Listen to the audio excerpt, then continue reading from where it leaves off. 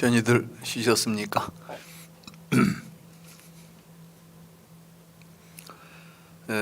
부처님께서는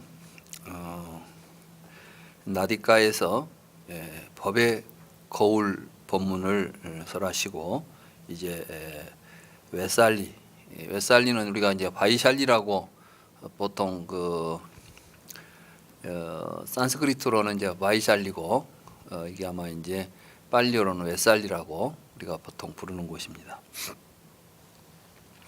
이 웨살리에 도착했을 때 웨살리에 있는 암바빨리 원림, 암바빨리는 이제 거기 기녀의 이름인데 이 암바빨리 원림이 이제 원림이라고 하면은 숲을 잘 가꾸어서 뭐 사냥도 하고 우리가 보통 기수급 고독원 뭐 이야기하죠. 기수급 고독원 기타태자의 원림이었다고 그러죠. 이런 원림이라고 하면 우리나라는 그 원림이라고 하는 형태가 없어요. 우리나라는 이제 그냥 논밭만 있고 집만 있고 그러지. 근데 인도는 이제 땅이 크고 또 큰 부자나 이 힘이 있는 사람들은 나름대로 이제 어떤 그 좋은 구역을 소유하면서 그곳에서 독점적으로 자기들만 거기 가서 이제 사냥도 하고 즐기는 그러한 뭐 숲이 있는 숲이 우거진 아주 좋은 풍광이 좋은 그러한 뭐 유원지 정도나 된다고 볼 수가 있겠습니다. 근데 이 암바빨리라고 하는 기녀가 돈을 많이 벌어 가지고 큰 원림을 가지고 있어서 그 이름을 이제 암바빨리 원림이라고 부르는데 이제 수행자들은 지나가다가 좋은 숲이 있고 그러니까 그곳에 머물기도 하고 했겠죠. 부처님께서도 웨살리에 도착하셔 가지고 거기 암바빨리 기녀의 원림에 머무셨다는 말씀입니다. 이제 그곳에서 부처님께서는 사념처 수행에 대해서 말씀을 하시죠. 수행자는 항상 주의 집중을 하고 알아차리면서 살아야 한다.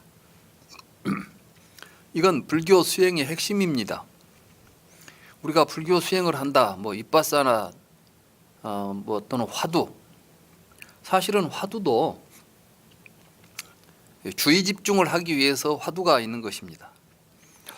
어떤 사람들은 이제 화두 수행하고 이빠사나 수행하고 다르다고 생각을 해요. 화두를 들어야 화두고 화두 없이 하는 것은 이빠사나고, 근데 화두를 들어도 망상을 피우고 있으면 그것은 화두가 아닌 것이고, 제 체험에는 제가 이제 화두를 챙기다 보니까 뭐가 느껴지냐 하면 제 일거수일투족이 느껴지는 거예요. 저는 이제 이목고를 했는데 이목고를 하다 보니까 걸어가면서도 이놈이 어떤 놈인고, 밥을 먹으면서도 이놈이 어떤 놈인고, 뭐 항상 그 생각이 자리 잡고 있으니까 마치 내 일거수일투족이 슬로우 비디오로 뭘 보듯이 다 비춰지는 거예요. 이렇게. 이거 이제 알아차림이라고 그러죠. 그래서 내가 지금 뭘 하고 있는지, 나한테서 어떤 생각이 일어나는지 이런 것들이 명정하게 드러나는 것. 그 이제 주의 집중, 사띠, 그다음에 알아차림, 삼빠자나. 그래서 이제 사띠 삼빠자나가 불교 수행의 근본이라고 생각하시면 됩니다. 그래서 이 사띠 삼빠자나를 앉으나 서나 가나 이걸로 이제 행주자와 어묵동정에 사띠가 잘 이루어지는 걸 보고 선정이라고 그래요. 이 선정 속에서 알아차림이 명정하게 일어나는 현상을 이제 지혜라 그러는 것이고, 그러니까 선정과 지혜, 이건 뭐 사띠와 삼빠자나 이거 다 같은 말들이에요. 아무튼 우리가 불교 공부를 한다는 것은 주의 집중, 자기가 하고 있는 모든 삶에 대해서 그걸 항상 주의를 집중해서 알아차리고 살아가는 것, 이것이 그대들을 위한 나의 가르침이요. 그럼 어떻게 주의 집중을 하는가? 구체적인 방법으로 이제 몸을 관찰하라. 그러니까 내 몸을 통해서 몸의 머문다. 뭐가 머무냐면 자기 의식이 몸에 머물면서 열심히 주의 집중을 하고 알아차려서 세간에 대한 탐욕과 불만을 제거해야 한다. 우리가 이렇게 주의 집중을 할 때 우리에게 나타나는 탐욕이 일어나거나 불만이 일어나면 그때 그것을 없애라 그 말이에요. 그냥 가만히 있으면 없어지는 게 아니라 알아차림으로써 주의 집중을 해갖고 알아차리면 탐욕이 일어나고 있구나 알아차리고 화가 일어나고 있구나 알아차리면 이때 이제 이런 것들이 스스로 소멸하게 됩니다. 이런 걸 이제 보면 사라진다 이런 말 있죠. 불교 수행법 가운데 어떻게 소멸합니까? 그러니까 지켜보라는 거예요. 아주 중요한 수행법입니다. 전에 틱나트한 스님의 화라는 책을 보니까 그 부분을 잘 말씀하셨더라고요. 틱나트한 스님 그 화라는 책에 보면 화가 났을 때 어떻게 할까요? 우리는 이제 두 가지를 합니다. 하나는 참자. 화가 나지만 참아야지. 또 하나는 풀자. 이제 두 견해가 있습니다. 화가 나면 풀어야 될까요? 참아야 될까요? 근데 참 아이러니가 풀어버리면은 그때는 시원한데 뒤에는 더 커져 있어요. 화가. 그래서 화는 화를 먹고 큰답니다. 그러니까 이제 화를 자주 내면 뒤에 가서는 더 큰 화가 일어나요. 참으면 어떻게 될까요? 참으면 폭발한다. 이제 참고 참았는데 이제는 더 이상 참을 수가 없어. 이때는 걷잡을 수 없는 화가 터지는 거예요. 이 둘 다 이게 병이 되는 거라. 그럼 도대체 어떻게 할까요? 우리 이제 중생들은 그 두 가지 방법 중에 하나를 선택해야 돼. 그러니까 하나를 풀든지 참든지. 근데 둘 다 해결책이 아닌 거예요. 이건 둘 다 문제가 생기는 거예요. 또 어떤 사람들은 그런 이야기도 합니다. 화는 참으면 병돼. 이제 그 말 들은 사람들은 병될까 봐서 화가 날 때마다 막 화를 냅니다. 일부러. 근데 그 사람들은 화를 한 번 내면 두 번 낼 때는 더 쉽게 내고 자주 내고 더 크게 내고 화를 매게 키울 것인지 화를 폭발시킬 것인지 이게 참 이 딜레마죠. 근데 이제 어떻게 합니까? 그러니까 지켜보세요. 화가 날 때 풀려고도 하지 말고 화를 참으려고도 하지 말고 알아차리라는 거예요. 내가 화가 났구나. 그리고 그냥 어디 보라는 거예요. 이제 어찌 되나. 화가 나. 지금 내가 화를 내고 있네. 이렇게 한번 가만히 지켜보세요. 그럼 어찌 되는가. 화뿐이 아닙니다. 우리 몸에서 일어나고 있는 여러 가지 사건들이 사실은 잘 지켜보면 그게 사라지게 되어 있습니다. 전에 제가 앉아서 좌선을 하는데 어깨 쪽지가 엄청 아파와요. 가끔 그럴 때가 있죠. 참선하다 보면 어디가 이제 저리고 아픈데 여기가 엄청난 통증이 왔어요. 그래서 이렇게 풀어주고 나면 뒤에 또 와요. 오고 그래. 근데 이제 그 보면 사라진다고 하는 그 말을 이제 내가 기억을 하고 이 몸에 일어나는 이것도 한번 보면 사라지나. 그래서 이제 몸에서 일어나고 있는 통증에 대해서 거기다 의식을 집중했어요. 주의를 집중하고 어떻게 아픈가 보자.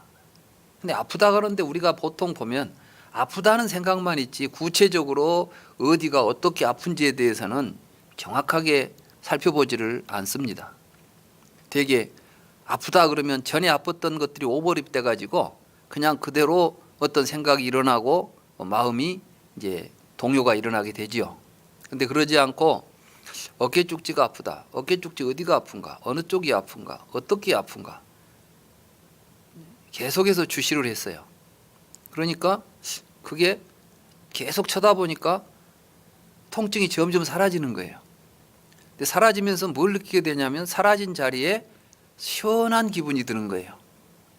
그냥 사라지는 게 아니라 그 부분이 이제 풀리면서 시원해지는 기분을 느꼈어요. 그래서 지금 아까 있던 통증은 사라지고 이제 새로운 느낌이 일어나고 있구나. 또 계속 보고 있으니까 그 느낌도 사라져요. 그리고 뒤에 가서는 아무렇지도 않게 아무 느낌도 없이 가라앉아요. 근데 묘하게 그러한 통찰을 한 이후에는 앉아 있어도 그 통증이 안 나타납니다. 그 뒤로는 전에는 조금 앉아 있으면 곧 그 부위에서 그런 통증들이 일어났었는데 그 일이 있은 뒤로는 사실은 내 몸에서는 이제 앉아 있을 때 그 통증은 일어나지 않았던 내 체험이 있습니다.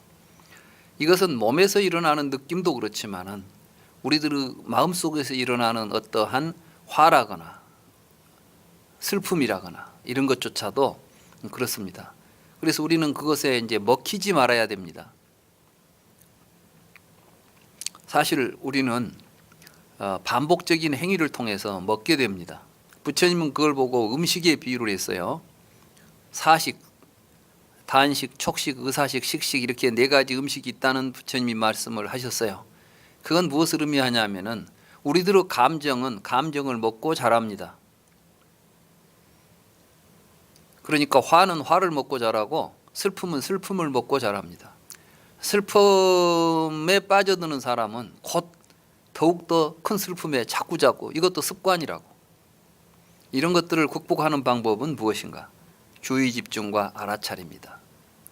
그래서 이제 몸을 통해서 일어나는 몸을 관찰하면서 몸에 머물면서 열심히 주의 집중을 하고 알아차려서 세간에 대한 탐욕과 불만을 제거해야 한다.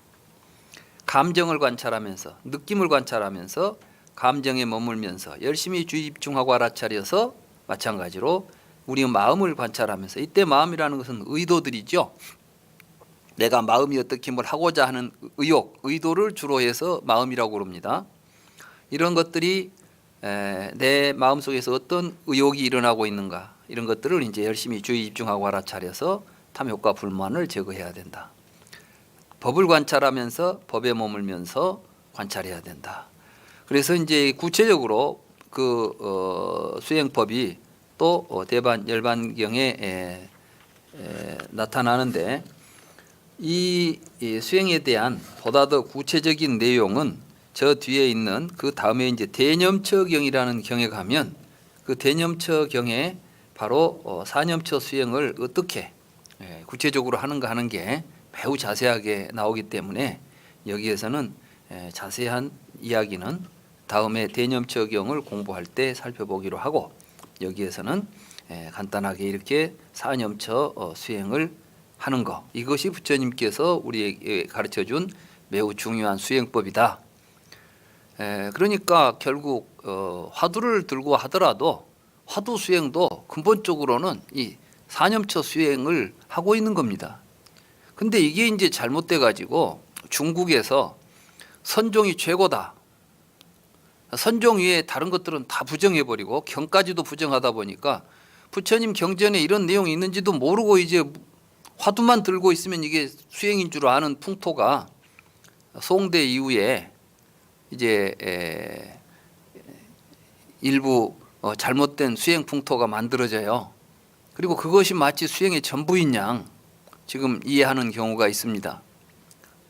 그러나 조사선이나 이런 그 뭐 간화선 이런 것들도 알고 보면 다 맥락이 부처님의 근본 초기 불교 가르침과 깊은 맥락을 가지고 있다. 이것을 알아야 됩니다.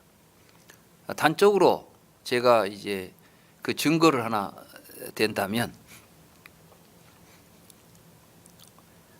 달마가 소림사에 앉아서 면벽을 하고 있을 때 해가가 찾아오죠. 해가가 찾아와서 묻습니다. 뭘 물었죠?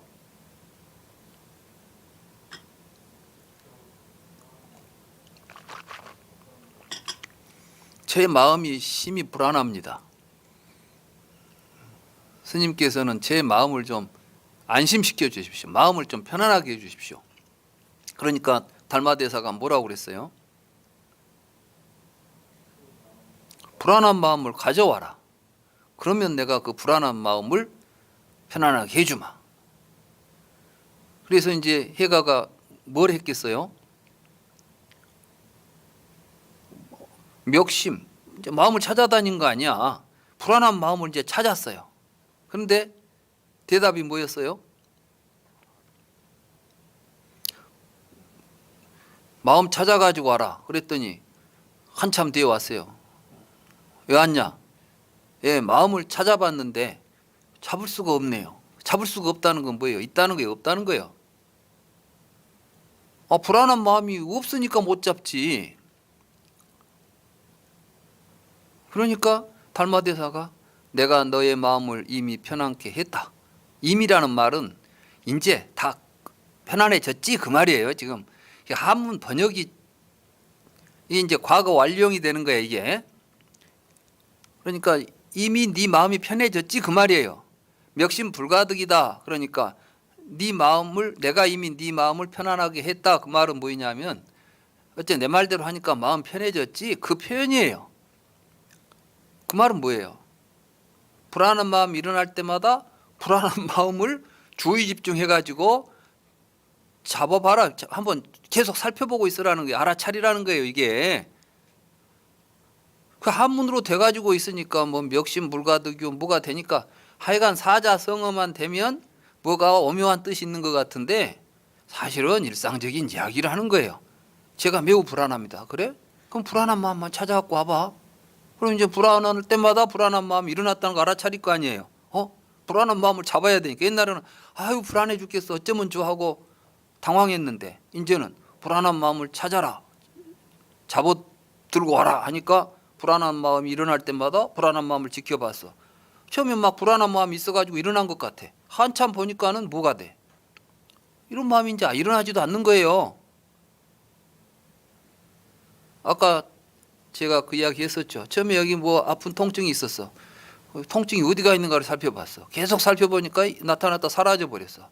사라진 뒤에는 어디로 간지도 없어. 이제 없어. 통증을 어디서 잡아갖고 올 거야.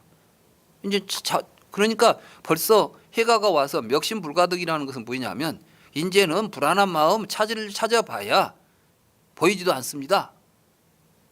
그러니까 그 말이 멱심불가득이에요. 근데 우리는 스님 마음을 찾아도 잡을 수가 없네요. 마음이 어디가 있죠? 이렇게 묻는 걸로 그 말을 착각하고 있는 우리가 잘못 알아듣는 거예요. 지금 두 사람의 대화를 우리가 오해하고 있다고. 그러니까 선문답을 잘 들여다보면 내 생각으로 선문답을 보니까 문답이 안 풀리는 거야. 사실은 그 상황을 가지고 보면 해가는 달마에게 가서 내 불안한 마음 나는 지금 계속 불안한 마음이 있습니다라고 하니까 있어 찾아봐. 찾아보니까 사라졌어. 없습니다.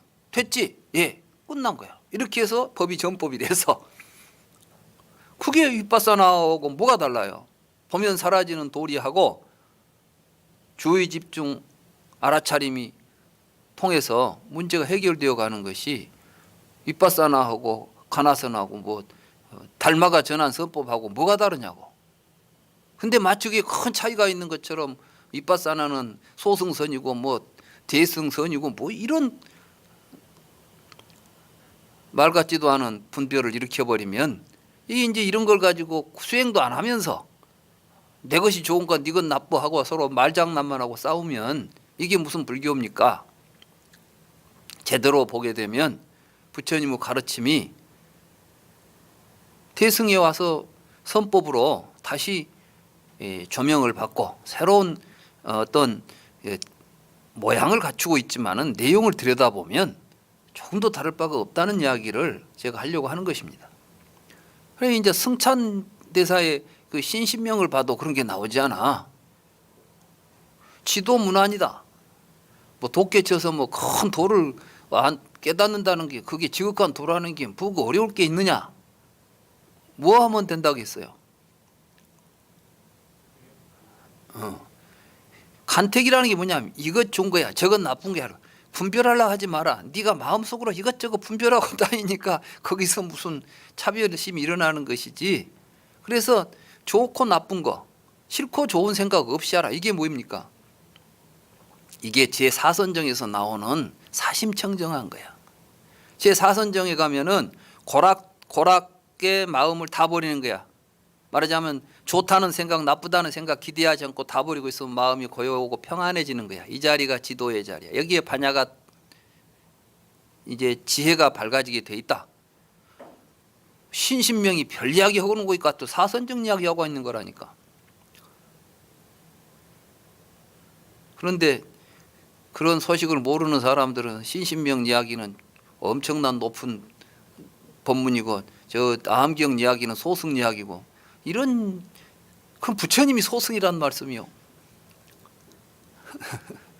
우리 불교 수행하는 사람들은 이제 헛된 소리에 현혹되지 말고 실제로 공부를 해보면 아는 일들이에요. 화두를 갖고 해보든 윗바사나를 해보든 부처님의 바른 가르침을 근본으로 해서 수행을 하면 다 똑같은 자리가 이야기는 다 똑같은 자리를 이야기하고 있다는 것을 알 수가 있는 것입니다. 이게 부처님의 가르침입니다. 그래서 이제 몸과 마음, 우리 몸에서 일어나는 그 감정에서 일어나는 그 마음의 흐름, 그걸 통해서 우리에게 드러나는 현상들을 여실하게 관찰할 때 이 다르마를 관찰하는데, 이 다르마의 관찰에 구국에 가면 사성제를 관찰하는 거예요. 다시 말해서 사성제를 관찰한다는 것은 내가 무지의 마음에 있을 때 우리의 마음 속에서 어떤 다르마들이 나타나서 고통이 일어나는지, 이것이 사라지면 어떻게 사라지는지를 여실하게 보게 되는 구국 경지를 이제 법념처라고 부르는 것입니다. 그래서 어떻게 알아차리냐, 나아갈 때 물러갈 때 행동할 때 하나하나 자기 행동을 다 알아차리면서 뭐 그것만 알아차리라는 거예요. 그렇게 할 때 일어나는 느낌들이 있어요. 그러면 그 느낌들을 알아차리는 걸 수념차라고 하는 것이고, 이런 식으로 해서 주의 집중하고 알아차리면서 살아가면 이게 바로 수행자의 삶이다. 이렇게 이제 부처님이 말씀하신 겁니다. 그때 기녀 안바빨리는 2-14입니다. 세종께서 지금 웨살리에 도착하여 자신의 망고숲에 머물고 계신다는 말을 들었습니다. 그래서 기녀 안바빨리는 훌륭한 수레들을 마련한 후에 훌륭한 수레에 올라타 훌륭한 수레를 타고 웨살리를 나서 자신의 원림으로 향했습니다. 그녀는 수레로 갈 수 있는 곳까지는 수레로 간 후에 수레에서 내려 걸어서 세존에게 갔습니다. 그녀는 세존에게 예배한 후에 한쪽에 앉았습니다. 한쪽에 앉은 기녀 안바빨리를 세존께서는 여법한 말씀으로 가르치고 격려하고 장려하고 기쁘게 하셨습니다. 세존으로부터 가르침을 받고 기뻐하면서 기녀 안바빨리는 세존에게 이렇게 말씀드렸습니다. 세존이시여, 세존께서는 비구승과 함께 내일 저의 공양을 받아주소서. 세존께서는 침묵으로 승낙하셨습니다. 그러니까 이제 부처님 오셨다는 말씀을 듣고 기생이 가가지고 기녀가 가가지고 저희 집에 오셔서 점심 식사를 해 주십시오. 저희들이 스님께 부처님께 공양을 올리겠습니다. 이렇게 이제 말씀을 드린 거예요. 그래서 부처님께서는 이게 이제 부처님은 차별 없이 누구에게나 평등했다는 것을 이제 우리가 알 수 있습니다. 그러니까 이제 이 기녀는 청정한 수행자가 기녀의 지분은 어디겠어요? 요즘 말하면 이제 여정 같은 곳이겠죠. 부처님을 여정에 초대해도 부처님은 여정도 가신 거예요. 여정에 술 마시러 갔겠어요. 부처님이 보시기에는 어느 곳이나 중생이 사는 곳이면 다 평등한 거예요. 그들이 필요한 곳에는 언제든지 어디든지 가실 수 있는 게 부처님이신 거죠. 부처님은 이제 안바빨리의 초대를 받고 안바빨리에게 바른 삶에 대해서 이런 걸 이제 가르치고 또 갔는데, 그때 웨살리에는 리짜이라는 것은 이제 종족, 와찌족의 종족 가운데 이제 리짜이 하나의 부족 이름을 이제 부족 이름인데, 와이샬리를 주도권을 갖고 있는 종족이 리짜이라고 그래요. 그래서 이제 이 사람들은 이제 그쪽의 귀족들이겠죠. 그 귀족들이 이제 부처님 오셨다는 말씀을 듣고 그들도 이제 온갖 장식으로 차려 입고 부처님을 찾아가서 부처님 초대해서 부처님 법문을 들으려고 부처님을 찾아가다가 안바빨리는 이제 부처님 뵙고 나오고 이 사람들은 부처님을 뵈러 가다가 이 접촉 사고가 일어난 거예요. 그러니까 이제 이 귀족들이 그 기녀는 천하잖아요. 그러니까 이 천한 여인이 왜 우리 귀한 귀족들의 이 차를 이렇게 충돌하느냐 하고 이제 시비를 걸겠죠. 그러니까 이제 내가 지금 부처님한테 가서 부처님 그 점심 공양에 초대를 해가지고 승낙을 받아서 기쁜 마음에 지금 가다가 이런 일이 벌어졌습니다. 이제 이런 정황입니다. 이런 이야기를 하니까 이제 이 자동차 사고 난 거는 이제 이 마차 부딪혀서 일어난 사고는 어디로 가고 이 사람들이 지금 부처님 점심 공양을 초대하려 했는데 먼저 이 기생이 초대했다니까 낭패잖아요. 그러니까 이제 흥정을 합니다. 야, 그 점심 공양을 권리를 내가 10만 양을 줄 테니까 내가 양이라고 했지만은 그 당시 10만 그 뭐 인도 그 당시 인도의 그 화폐 단위를 썼어요. 그래서 제가 요즘 우리 말로 그냥 우리가 쉽게 이해하기로 옛날 화폐 단위로 양이라고 내가 썼습니다만은 그래 10만 양이면 대단하죠. 10만 양 줄게. 그 공양 나한테 팔아라. 이렇게 하니까 당신 이 땅 다 준다 해도 내가 안 바꿀 텐데 10만 양 갖고 어림도 없다 하고 이제 그냥 가버리는 거예요. 그래서 이제 여기에서 이 대목에서 우리가 느낄 수 있는 것은 부처님은 우리들이 볼 때는 기생이 있고 뭐 귀족이 있고 하지만 부처님 눈에는 다 똑같이 사실은 기생이 됐든 귀족이 됐든 생로병사를 겪으면서 고통 겪는 불쌍한 중생으로는 다를 바가 없는 것이죠. 우리는 이 세상을 불교를 공부하는 분들은 이 세상을 그런 눈으로 봐야 됩니다. 세간에 있는 어떤 차별을 가지고 거기에 뭐 좋고 나쁜 것이 있다고 조금도 분별을 할 필요가 없습니다. 거부장자도 다 죽을 때 보면 지 먹은 거 빼놓고는 다 남겨놓고 가는 것이고 사람이 훌륭한 것은 살아서 그들이 한 행실이지 그들이 가지고 있는 재물이거나 그들이 가지고 있는 지위가 아니라는 것을 알아야 됩니다. 부처님께서는 하나의 재물이 없이 한 푼 없이 무일푼으로 무소유로 살았지만은 그분이 살았던 삶의 행적이 거룩하고 위대하기 때문에 성자인 것입니다. 가진 것이나 사회적인 지위가 그 사람의 가치를 결정하는 것이 아니라 그 사람이 살아서 한 행동이 그 사람의 가치와 의미를 결정하는 것입니다.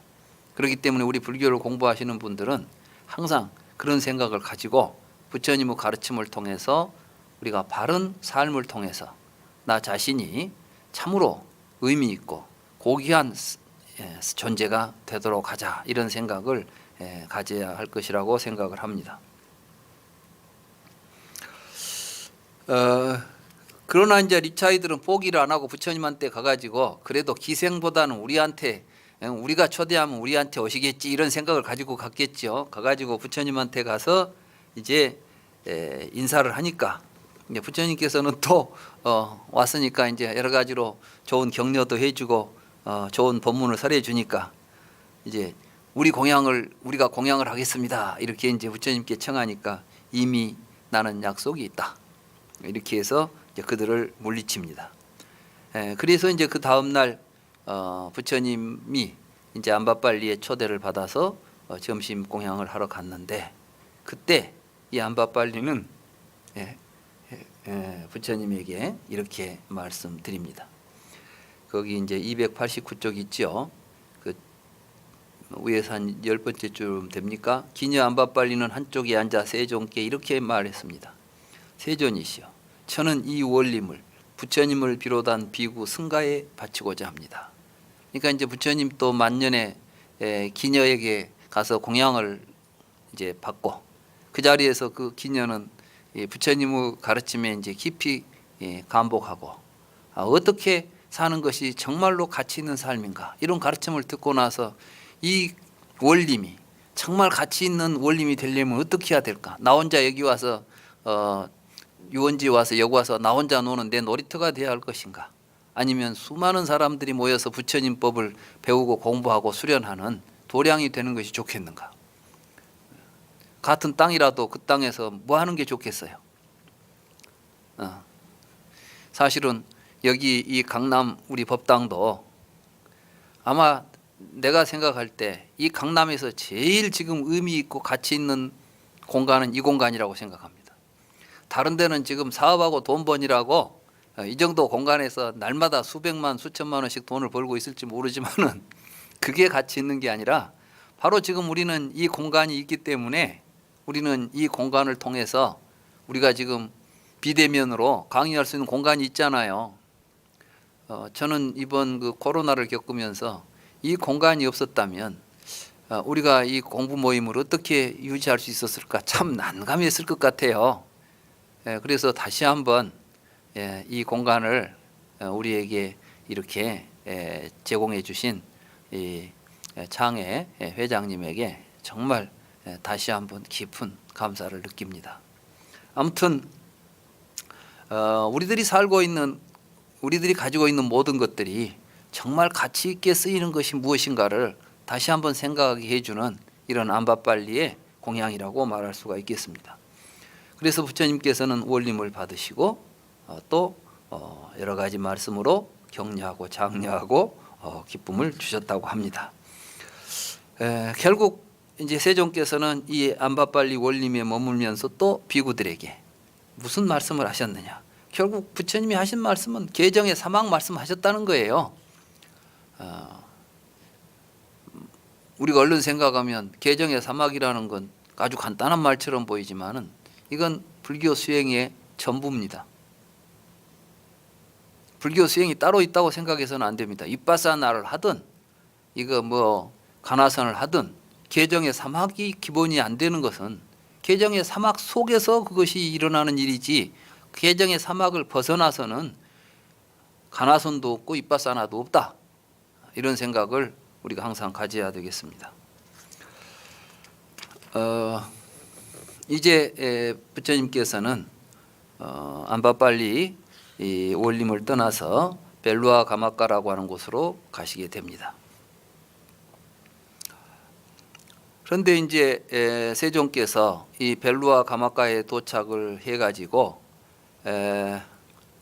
모두 이제 때가 아마 우기가 됐기 때문에 이제 안거에 들어가게 됐던가 봅니다. 그래서 부처님께서 이제 그대들은 모두 웨살리에서 친구나 지인의 동료를 따라 우기 안거에 들어가도록 하시오. 나는 벨루아 가마카에 가서 우기 안거에 여기에서 우기 안거에 들어가겠소. 이것은 아마 벨루아 가마카는 여러 대중들이 처음에 이제 많은 대중들과 함께 움직였잖아요. 그런데 여기 와서 이제 보니까 많은 사람이 머물 공간이 없는 거예요. 그러니까 이제 여기서 모두 가까이 있는 도시에 가가지고 친구 집이나 뭐 이런데 어디든지 가서 비를 피하고 머물 수 있는 곳으로 각자 헤어져 가고 나는 여기 어디 적당한 곳에 모여서 이제 여기 적당한 곳에서 안거에 들 테니까 대중들은 각기 알아서들 안거의 장소를 찾아가서 비를 피하고 한철을 보내도록 하라 이렇게 하신 거예요. 그러니까 우리는 이 경의 말씀을 통해서 부처님 당시에 부처님 제자들이 안거를 하는 것들이 그냥 어디 많은 절들이 있었지만은 부처님은 다니시다가 이제 우기가 되면 어디든지 어디서든지 그 적정한 곳을 찾아서 우기를 이제 안거에 들었다는 것을 알 수가 있습니다. 그래서 이제 많은 제자들은 모두 친구나 지인이나 동료를 따라서 안거에 들어갔고 세종께서는 벨루아 가마카에서 우기 안거에 드셨습니다. 그러니까 이때는 이제 시자하고 부처님만 남아버린 거예요. 다른 사람들은 다 흩어졌고.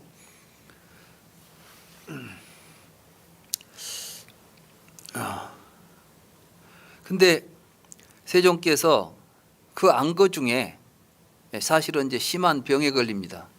우리는 이제 이 부처님 열반이 단순히 이 춘다에 공양으로 인해서라고 하는데 이미 그 전에 부처님께서는 이제 연로하셔가지고 이미 상당히 심한 병을 겪었습니다.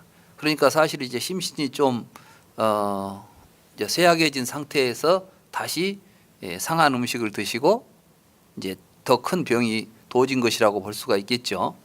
근데 아무튼 이때 이제 세종께서는 이런 생각을 하셨습니다. 내가 시자에게 알리지 않고 비구 승가에게 작별 인사도 없이 반열반에 든다면 그것은 적절치 않다. 정진하여 이 병을 내쫓고 살려는 의지를 가지고 머무는 것이 어떨까. 그러니까 이제 사실은 그 수행자들은 생존에 연연하지 않은 것이죠. 살라고 어떻게 쓰든지 살아야 돼 이런 게 아니라 때가 오면 이제는 내가 갈 때가 됐구나 싶으면 스스로 그 삶을 정리하는 것입니다. 옛날 우리가 이제 그 고승들을 보면 고승들이 항상 이제 때가 되면 내가 언제 나는 열반에 들겠다. 나는 언제 이제 이 세상을 뜰 테니까 그렇게 알아라 하고 나서 열반에 드신다고 했잖아요. 근데 대부분 이제 스스로 때가 되면 이제 곡기를 끊는다고 그래요. 사람은 안 먹으면 이제 죽게 돼 있죠. 특히 이제 노인들이 노쇠해가지고 식사를 못하면 이건 곧 돌아가시게 되는 거예요. 노인들이 식사를 잘하시면 그건 절대로 돌아가시지 않아. 결국은 노인들이 마지막에 가면 식사를 못해서 돌아가신다고. 그래서 옛날부터 이제 자기가 이제 더 이상 그 삶이 의미 없고 고통스럽고 또 다른 사람한테 피해가 되고 이런 이제 때가 되면 알아서 스스로 자기 결단을 하는 겁니다. 이건 자살이 아니라 사실 우리는 삶도 자기가 결정하지만 죽음도 자기가 결정하는 것이 진정한 삶의 결정권인 것입니다. 근데 우리는 맹목적으로 생명이라는 걸 실체화시켜 가지고 생명은 소중한 것이고 생명은 뭐 신이 준 것이고 신이 가져가기 전에는 내 마음대로 안 되고 이런 생각을 하다 보니까 요즘 생명윤리라는 게 굉장히 왜곡되어 있습니다. 내 삶에 대해서 내가 스스로 결정하고 살아가는 거. 근데 이제 부처님께서는 지금 자연스럽게 이제 때가 되면 아무 미련 없이 이 몸을 버릴 준비가 되어 있는 분임에도 불구하고 지금 어떻게 돼 있죠? 다 지금 뿔뿔이 흩어져 버린 거야. 근데 지금 부처님 혼자 있다가 이렇게 돌아가셔 버리면 어떻게 되겠어? 그래서 부처님께서 내가 시자에게 알리지도 않고 비구 여러 승단에 작별을 또 안 하고 그냥 이렇게 죽어버리면 안 되지. 아무튼 적절한 시기가 될 때까지는 내가 이 수명을 유지해야 되겠구나 이런 생각을 가지고 이제 살려는 의지를 부처님이 이제 일으킨 거예요. 어떻게든 이 고비를 한번 넘겨보자 이렇게. 그러니까 막 생혈 애착을 하고 있는 게 아니라 부처님께서 이때 이 병을 극복하는 과정을 이렇게 경은 묘사하고 있는 것입니다. 그래서 세종께서는 정진하여 그 병을 내쫓고 생명을 유지하려는 의지를 가지고 머무셨습니다. 세존의 병은 진정되었습니다. 세종께서는 병에서 회복되시자 곧 병실에서 나와 승원의 그늘에 마련된 자리에 앉아 계셨습니다. 그때 아난다 존자가 세존을 찾아와서 예배한 후에 한쪽에 앉았습니다. 아난다 존자는 한쪽에 앉아서 이렇게 말했습니다. 세존이시여, 세존께서 병을 이겨내시고 건강하신 것을 보니 한없이 기쁩니다. 세존께서 편찮으시니 제 몸은 마치 술에 취한 것처럼 중심을 잡을 수 없었고 아무것도 보이지 않았습니다. 세존이시여, 그렇지만 세존께서 비구 승가에 대하여 무언가 말씀을 하시지 않고서 반열반에 드시지는 않을 것이다 라는 생각이 들어 약간의 위로가 되었습니다. 근데 이 말씀 끝에 부처님 말씀이 굉장히 또 의외의 말씀을 하십니다. 아난다여, 이제 비구 승가가 나에게 무엇을 바란다는 말이냐. 아난다여, 나는 현교와 밀교를 구별하지 않고 진리를 가르쳤다. 여기서 제가 이제 현교와 밀교라고 번역한 부분이 이 문자 그대로는 안으로 감추지 않고 밖으로 공개하지 않고 이런 뜻입니다. 그러니까 이제 안으로 감췄다는 것이 밀교지요. 밖으로 들어 공개하지 않았다는 것은 현교죠. 근데 우리가 지금 이제 뒤에 불교 역사에서 보면 부처님이 초기 경전에서 하신 말씀을 전체라고 보지 않고 뒤에 가서 부처님께서 현교 말고 밀교가 있다. 그래서 이제 밀교가 드러나죠. 특히 이제 이 선종이 중국에서 이제 드러나면서 어떤 이야기를 하게 되냐면 부처님께서 교회별전, 그러니까 몰래 누구한테 따로 전한 법이 있다는 거야. 다른 사람들한테는 안 가르쳐주고 이걸 삼처전심, 교회별전했다. 그러니까 교라는 것은 현교인데 이 밖으로 드러낸 말씀 말고 따로 전한 밀교가 있다. 이게 뭐냐? 이게 선법이다. 이심전심 가섭에게만 전했다. 이게 정법안장이다. 이런 이야기들이 이제 종국에서 만들어져요. 근데 이게 근거가 있느냐? 아무 근거도 없는, 요즘 말하면 가짜 뉴스입니다. 그러니까 이 가짜가 세상에 참 무서운 거예요. 이 가짜가 판을 치고 지금 우리나라 불교에도 이 가짜가 판을 치는 형국이 돼 있어요. 그래가지고 지금도 부처님이 뭐 가섭에게 삼처전심한 것이 역사적인 사실인 것처럼 알고 있는 사람들이 수도 없어요.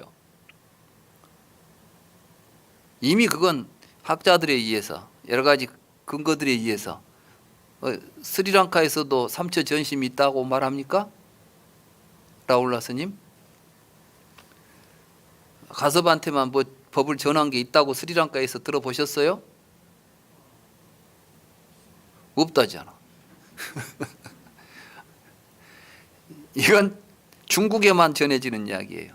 그것도 송나라 때 만들어진 이야기고, 어디 경전에도 없는 이야기를 선종이 최고다는 이야기를 하려고, 우리가 잘났다는 이야기를 하려고 이러한 거짓 말을 만들어내놓고 그 거짓말을 진실이라고 믿고 따르고 있으니까 지금 우리가 상당히 이제 참 근거 없는 이야기를 가지고 수행한다고 하고 있는 것이죠.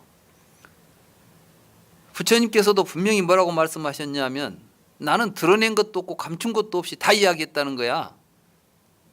그런데 뭐 부처님이 여기까지 드러내지 못한 이야기는 이 이야기다, 이게 진짜다, 이런 식으로 이야기하면 부처님은 말씀을 위배하는 것이죠. 저는 가나선이나 선종을 그게 잘못됐다고 보지 않습니다. 저는 그 선종의 위대한 선사들의 말씀을 모두 부처님의 가르침과 연결해서 올바르게 이해하고 있습니다. 이해할 수 있다고 보고 있습니다. 그런데 문제는 그것만이 진실이고 그거 아닌 건 다 잘못된 거라고 하는 이런 배타적이고 이런 이 종파적인, 그래서 결국 분쟁을 일으키는, 이것은 굉장히 잘못된 것이고 이건 부처님의 가르침을 정면으로 위배하는 것이다. 부처님께서는 화합하고 다투지 말고 서로 같이 다투지 않는 삶을 살도록 가르쳤는데 부처님 가르침 안에서 분쟁을 유발하고 종파를 만들어내고 서로 경쟁을 일삼는다는 것은, 이것은 부처님의 가르침이 아니다. 이건 우리가 물리쳐야 된다. 저는 이 부처님의 원음을 통해서, 부처님의 이 원래 부처님의 가르침을 통해서 우리가 그걸 확인해야 되겠다. 그런 점에서 저는 이걸 이제 현교와 밀교를 구별하지 않고 진리를 가르쳤다, 이렇게 번역을 했습니다. 아난다여, 열애의 가르침에는 숨겨둔 스승의 주먹이 없다. 이게 아주 중요한 겁니다. 지금 선종에서는 숨겨둔 주먹이 있다는 거예요. 이게 3번 그 주먹을 펴줬다는 거야. 이게 삼처전심이죠. 말하자면은 염화미소, 다자탑전 반분자, 또 곽시쌍부. 부처님이 열반에 드셨는데 가섭이 오니까 갑자기 관뚜껑이 열리면서 두 발바닥이 튀어나와 가지고 가섭한테만 보여줬다는 거야. 이게 무슨 해계망측한 이야기인지, 이런 이야기들을 가지고 이건 이제 불교를 우판시하도 하는 거예요. 그러니까 불교가 이제 우파니샤드가 뭐였냐면 우파니샤드를 우리가 이제 밀교라고 그래요. 우파니샤드는 이 우파니사드가 가까이 앉다라는 뜻이에요. 우파라는 것은 곁에, 니사드라는 것은 앉는다는 뜻이에요. 그러니까 곁에 앉는다는 건 뭐냐면 스승 옆에 앉아가지고 오직 스승의 가르침을 그 사람만 보게 돼. 근데 그때 스승은 제자에게 전할 비밀스러운 진리를 주먹 속에 다 감추고 있다가 옆에 있는 제자에게만 보여주고 또로 주먹을 쥐어버려. 그러면 그걸 본 사람은 누구야? 우파니샤드 옆에 있는 사람이 있죠. 그럼 그 사람만 이제 진리를 알게 되죠. 그러면 다른 사람은 그 사람에 대해서 절대적인 복종을 해야 되죠. 그러니까 이건 뭘 의미하냐면 왕권 계승하는 것이나 법통을 이어주는 것이나 똑같은 개념이에요. 이건 평등한 법입니까? 차별된 법입니까? 부처님 법은 평등법입니까? 차별법입니까?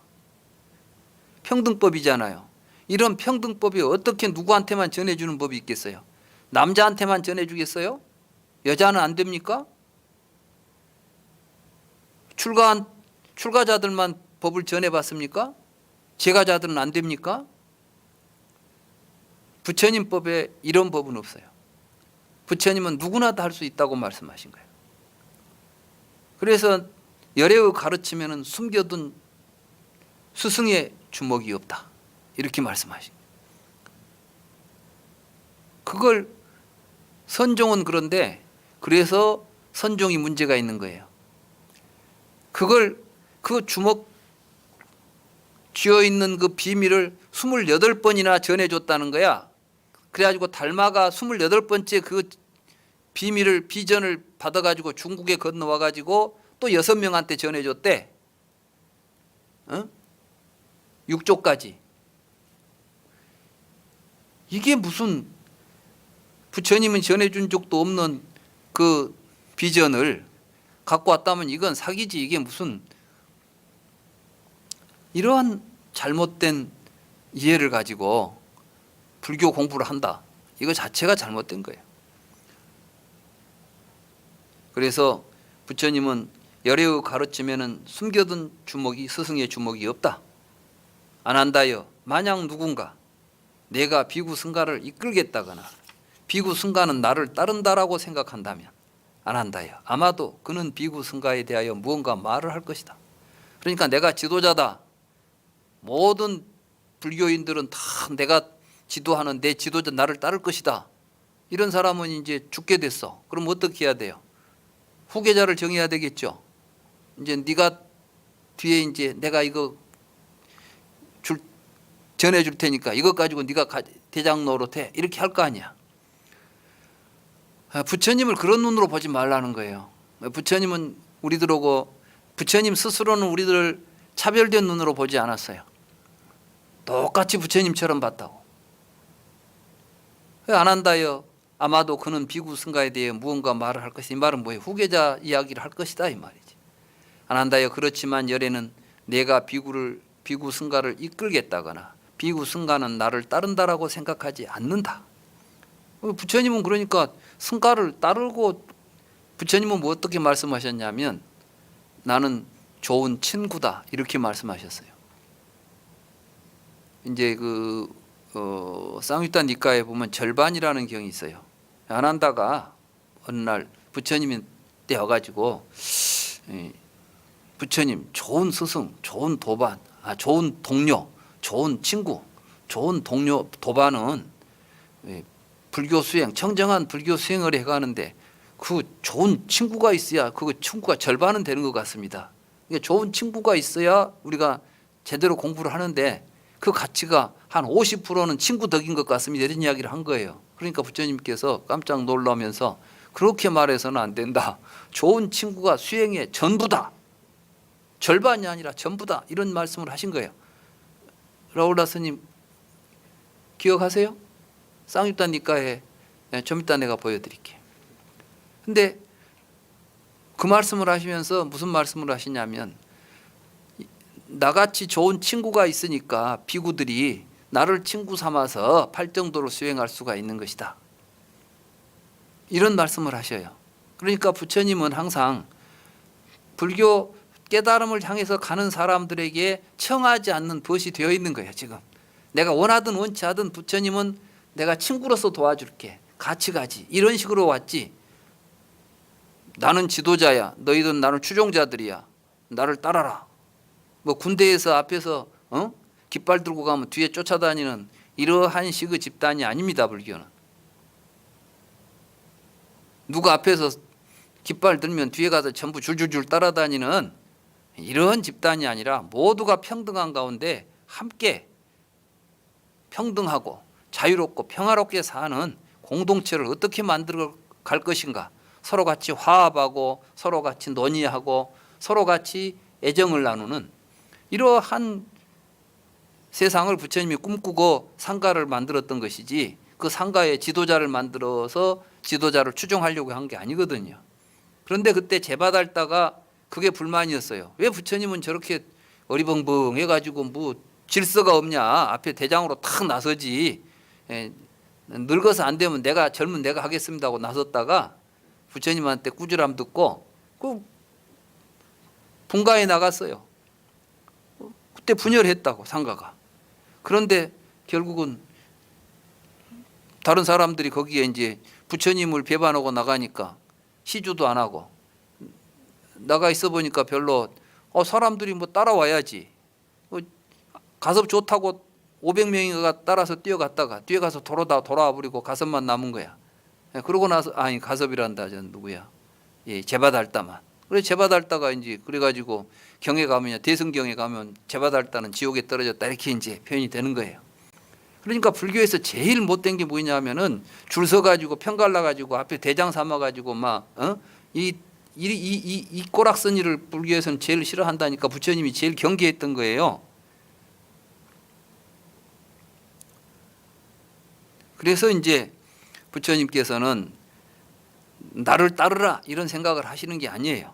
그래서 안 한다요. 그런데 열애가 비구 승가에 대하여 무슨 말을 하겠느냐. 안 한다요. 나는 지금 만년에 이런 늙고 노쇠한 늙은이로서 내 나이 80살이 되었다. 안 한다요. 마치 낡은 마차가 가죽끈에 묶여서 끌려가듯이 열애의 몸도 가죽끈에 묶여서 끌려가는 것 같구나. 안 한다요. 열애가 일체의 외부의 상태의 마음을 쓰지 않고 어떤 감정도 사라져서 외부의 상태에서 벗어난 마음의 삼매를 성취하여 머물 때 안 한다요. 그때 열애의 몸은 편안하다. 그러니까 뭐냐면 내가 지금 이렇게 몸도 약하고 쇠약한데 그것도 뭐 후계자 이야기하고 그런 또 뭐 누가 누구를 지도하겠냐. 열애는 열애 나름대로 항상 열애의 마음을 잘 살피고 편안한 마음을 가지고 삼매에 머물고 있을 뿐이고 이때 열애는 편안한 것이다. 성가신 우리는 세상 살면서 지도자가 되고 싶고 앞에 나서고 싶어 합니다. 근데 사실 대화 보면 얼마나 성가신지 몰라요. 나는 뭐 내가 꼭 되고 싶어서 한 것도 아니지만은 학회 회장이라는 걸 한번 한 적이 있는데 뭐 할 사람이 없는지 어쩐지 나보고 막 하라는 거야. 나는 뭐 되고 싶어 가지고 나서 가지고 뭐 투표하고 해서 된 것은 없지만 뭐 사람들이 나보고 꼭 좀 해야 되겠다고 하면 또 맡기는 일을 내가 거부는 또 한 적이 없습니다. 그래서 이제 한 20여 년 전에 이제 그 불교학 연구에 이제 얘가 두 번째 이제 회장직을 맡아가지고 이제 회장 소임을 맡게 됐는데 그 이제 회 살림을 하려고 보니까 얼마나 힘들어요. 그래 이제 한 일기를 마치고 이제 그만둘라 했는데 할 사람이 또 하라는 거예요. 나 두 번을 그걸 하는데 도저히 두 번 하니까 이제 더 이상 좀 나눠서 하자고 이렇게 힘든 일을 내가 해야 되냐고. 그래서 내가 이제 그 두 번 하고는 두 번 하다가 도중에 또 연구년으로 이제 미국을 갈 일이 생겨가지고 부득이하게 그냥 이제 다른 분한테 맡기고 갔습니다만은 아무튼 우리들은 욕심에는 뭔가 앞에서 막 하고 뭐가 되면 좋을 것 같지만 막상 해보면은 그게 좋은 것만도 아닌 거예요. 우리는 뭐 누구 앞에서 지도한다거나 이렇게 나는 하는 것보다 평등한 관계로 같이 서로 모든 걸 나누고 힘들 때는 같이 힘을 나누어야지. 근데 우리 주변에서 내가 이제 그런 이 뭐 회장 노릇 해보니까 사람들이 모두 다 회장 네가 알아서 하라는 거야 그냥. 그럼 뭐 회가 돈 있어야지 뭐 학회라는 게 돈 있어요. 그러니까 이제 돈 구하러 다녀야지 뭐 또 학회 발표회 같은 걸 우리 이제 매달 한 번씩 했는데 매달 한 번씩 그 발표회 준비를 해가지고 올라오고 뭐 얼마나 또 성가신 일이 많아요. 그래 내가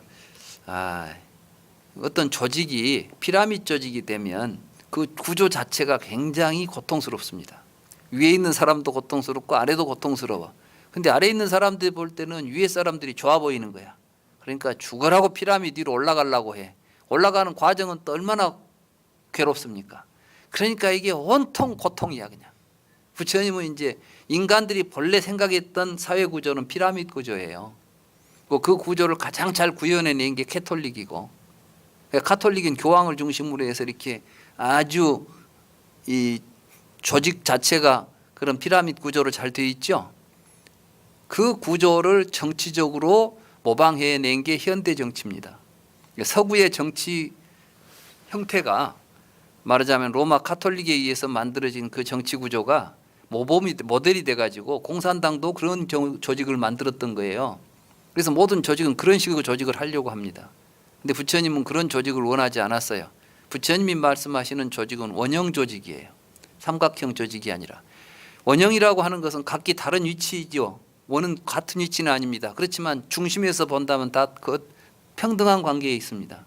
이게 서로 다르지만 평등한 이러한 관계. 이게 이제 불교에서 이야기하는 상가입니다. 그래서 상가는 모든 사람들이 같이 화합해서 의사결정하고 함께 자주 만나고 이런 이야기를 아까 했죠. 우리가 나라가 번성하고 상가가 번영하려면 불태법 7가지 불태법이라고 이야기했었죠. 그게 이런 의미를 가지고 있는 거예요. 우리가 이런 걸 잘 살펴서 우리 붓다 나라는 앞으로 대표가 제일 위에 있어가지고 대표 마음대로 막 앞에서 끌고 다니고 그런 조직이 아닙니다. 여기는 대표는 그냥 대표 소임을 맡아서 하는 것이지 대표가 전체적으로 모든 책임과 권리를 지니는 사람이 아닙니다. 그러한 하나의 그 상가 구조를 우리가 이제 구현해낼 필요가 있지 않겠는가. 여기서 보면은 부처님께서도 이렇게 나도 편해야 되겠다. 이 나이에 내가 지금 앞에서 뭐 끌고 다녀야 되겠니? 이런 말씀을 하시는 거예요. 알고 보면. 아난다여 이제 그대들은 자신을 등불로 삼고 자신을 귀처로 삼고 다른 사람을 귀처로 삼지 말라. 가르침을 등불로 삼고 가르침을 귀처로 삼고 다른 것을 귀처로 삼지 않고 살아가도록 하라. 아난다여 비구가 자신을 등불로 삼고 자신을 귀처로 삼고 다른 사람을 귀처로 삼지 않으며 가르침을 등불로 삼고 가르침을 귀처로 삼고 다른 것을 귀처로 삼지 않고 살아간다는 것은 어떤 것인가? 아난다여 비구는 몸을 관찰하며 몸에 머물면서 열심히 주의 집중을 하고 알아차려 세간에 대한 탐욕과 불만을 제거해야 한다. 감정을 관찰하며 감정에 머물면서 열심히 주의 집중을 하고 알아차려 세간에 대한 탐욕과 불만을 제거해야 한다. 마음과 법을 관찰해야 된다. 결국은 그러니까 나 자신에게 의지하고 살아간다는 것은 뭐냐? 사념처 수행을 하고 살아가는 거예요. 자, 사념처 수행을 할 때 사념처 수행에서 수행의 대상이 누굽니까? 몸을 관찰할 때 누구 몸을 관찰하는 거예요? 자기 몸을 관찰하는 거예요. 마음을 관찰할 때 누구 마음을 관찰해요? 느낌을 관찰할 때 누구 느낌을 관찰해요? 너는 뭔 느낌을 느꼈냐? 이걸 보고 있는 거예요? 아니지. 지금 나에게 일어나고 있는 느낌, 내 몸에서 일어나고 있는 현상, 내 마음의 움직임, 그걸 통해서 드러나는 나에게 느껴지는 세계, 이런 것들을 내가 항상 주의 깊게 보고 살아가는 거, 다시 말해서 자신에게 의지하고 살아간다는 말은 그걸 의미합니다. 그러니까 결국 수행하고 살아라. 수행하는데 수행법을 가르쳐 준 게 부처님의 가르침이죠.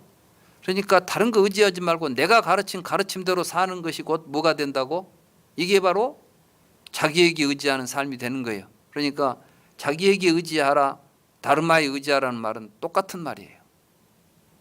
부처님께서는 자기에게 의지해서 살아가는 가르침을 폈지요. 그 가르침의 내용이 뭐예요? 신수신법, 사념처를 알아차리고 주의 집중해서 알아차려라. 네 가지의 현상에 대해서. 이게 이제 불교예요. 명쾌합니다. 어렵게 생각하지 마세요. 누가 불교 뭐냐?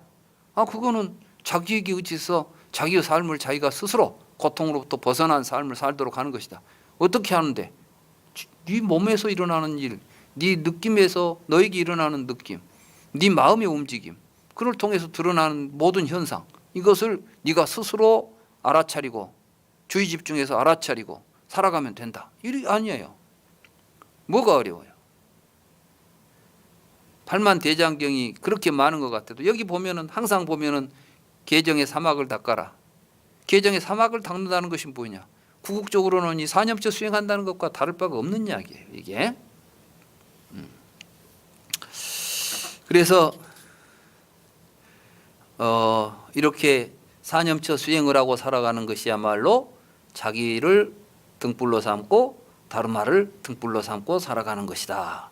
안한다여 지금이든 나의 사후든 지금이든 내가 죽은 뒤든 자신을 등불로 삼고 자신을 귀처로 삼고 다른 사람을 귀처로 삼지 않으며 가르침을 등불로 삼고 가르침을 귀처로 삼고 다른 것을 귀처로 삼지 않고 살아간다면 안한다여 그 비구들은 누구든지 학계를 열망하는 나의 가장 훌륭한 제자가 될 것이다.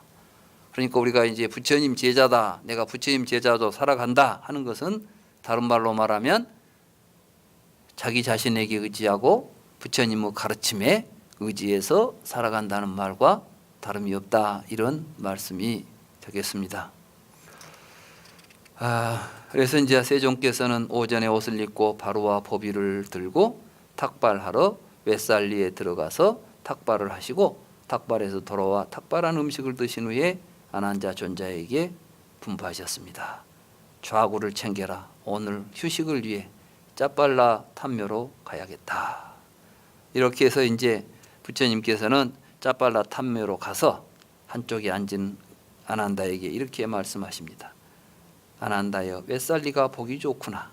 우데나 탐묘가 보기 좋구나. 고따마카 탐묘가 보기 좋구나. 사땀바 탐묘가 보기 좋구나. 바우푸타 탐묘가 보기 좋구나.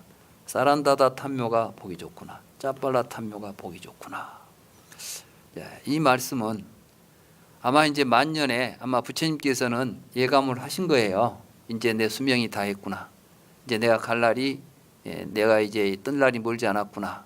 이제 이걸 생각하셨기 때문에 이제 올라가서 이런 탐묘들을 보면서 이제 마지막으로 바라보는 저 탐묘들 참 아름다운 탐묘들이로군 하는 이런 감상에 젖어서 표현하는 이런 말씀이라고 볼 수가 있겠습니다.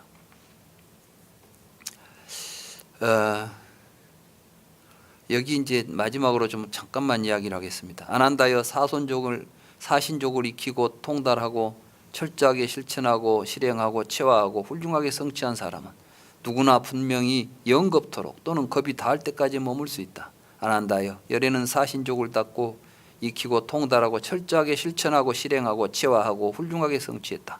안한다여 분명히 열에는 영겁토록 또는 겁이 닿을 때까지 머물 수 있다. 근데 이 이야기가 지금 여기에서 이제 어떤 이야기로 되냐면 안한다 존자가 이 말씀을 듣고도 부처님한테 그럼 부처님 영겁을 머무십시오 이렇게 청하지 않아 가지고 부처님이 결국은 열반에 들었다 이런 이야기를 이제 후대 이제 이 대목 때문에 나오게 돼요. 근데 이 부분에 대한 이야기는 역사적인 사실인지 아니면 여기에는 또 어떤 의미가 들어 있는지 좀 생각을 해봐야 됩니다. 우리는 분명히 지금 부처님께서 어떤 말씀을 하셨죠? 자신에게 의지하고 남에게 의지하지 말라는 말씀 하셨죠? 열애의 사후에 대해서 이미 당부를 하신 겁니다. 근데 나는 계속 머물 수가 있으니까 나보고 계속 머물러 달라고 부탁 좀 해다오 이런 이야기가 사실은 가당치도 않아 문맥상. 그런데 이런 이야기가 여기에 끼어들어요. 근데 이 이야기의 맥락은 다음 강의 때 살펴보기로 합시다. 그건 이제 교단의 여러 가지 정황과 맞물려 있어요. 그리고 이 경이 편집되는 것은 이거는 사실은 이 내용을 보면 부처님이 직접 이런 이야기를 했다기보다도 이제 경전을 편찬하는 가운데 여기에 지금 어떠한 맥락에서 첨부된 이야기들이에요. 왜냐하면 이제 이 경전이 만들어진 건 후대 이야기고 또 경전이 결집되는 것은 부처님이 열반하신 뒤에 일어난 사건이기 때문에 그 당시 이제 교단의 여러 가지 그 문제들과 연관해서 이런 언급들은 살펴볼 필요가 있습니다. 물론 뭐 내가 그걸 그 당시 제가 그걸 본 적이 없기 때문에 뭐 갖다부터 말할 수는 없지만 그럼에도 불구하고 한 가지 이런 오해가 있습니다. 다시 말해서 아난다 존자는 부처님이 열반하실 때까지 아라한과를 성취를 못했다는 둥. 그래서 아라한은 뭐 그래서 결집하는데 들어가지도 못했다는 둥. 그래가지고 갑자기 분발해가지고 아라한이 돼가지고 결집에 참여했다는 둥 이런 이야기가 있죠. 과연 이 이야기가 이제 진실이 다 정말인지 아니면 그런 이야기로 그런 이야기가 나타날 수 있는 정황은 또 어떤 것이 있었는지 이런 것도 생각해 보자는 거예요. 그 정도로 우리가 오늘은 이제 애고해드리고 다음 우리 시간에 이 부분을 좀 더 뭐랄까 이제 실감나게 그 당시 정황을 가지고 이야기를 나누도록 하겠습니다. 오늘 강의는 여기서 마치고 다 함께 도반과 함께하는 발언문을 함께 봉독하고 공부를 마치도록 하겠습니다. 합장하시고 도반과 함께하는 발언문. 저희들은 항상 우유와 물처럼 서로 화합하여 다투지 않고 애정어린 눈길을 주고받으며 지내겠습니다. 저희들은 내가 이런 도반을 만나 함께 지내는 것은 실로 나에게 크나큰 이익이고 축복이다라고 생각하며 지내겠습니다. 저희들은 도반을 위해 몸과 말과 마음으로 그를 볼 때나 보지 않을 때나 자애로운 행동을 하겠습니다. 저희들은 자신의 생각을 내려놓고 도반의 생각을 따르겠습니다. 그리하여 저희들은 몸은 다르지만 마음은 하나가 되도록 하겠습니다. 저희들은 게으름을 피우지 않고 열심히 정진하겠습니다. 저희들 가운데 누구든 먼저 온 사람은 도반을 위해 미리 준비해야 할 일을 하고 나중에 온 사람은 도반을 위해 뒷마무리를 하겠습니다.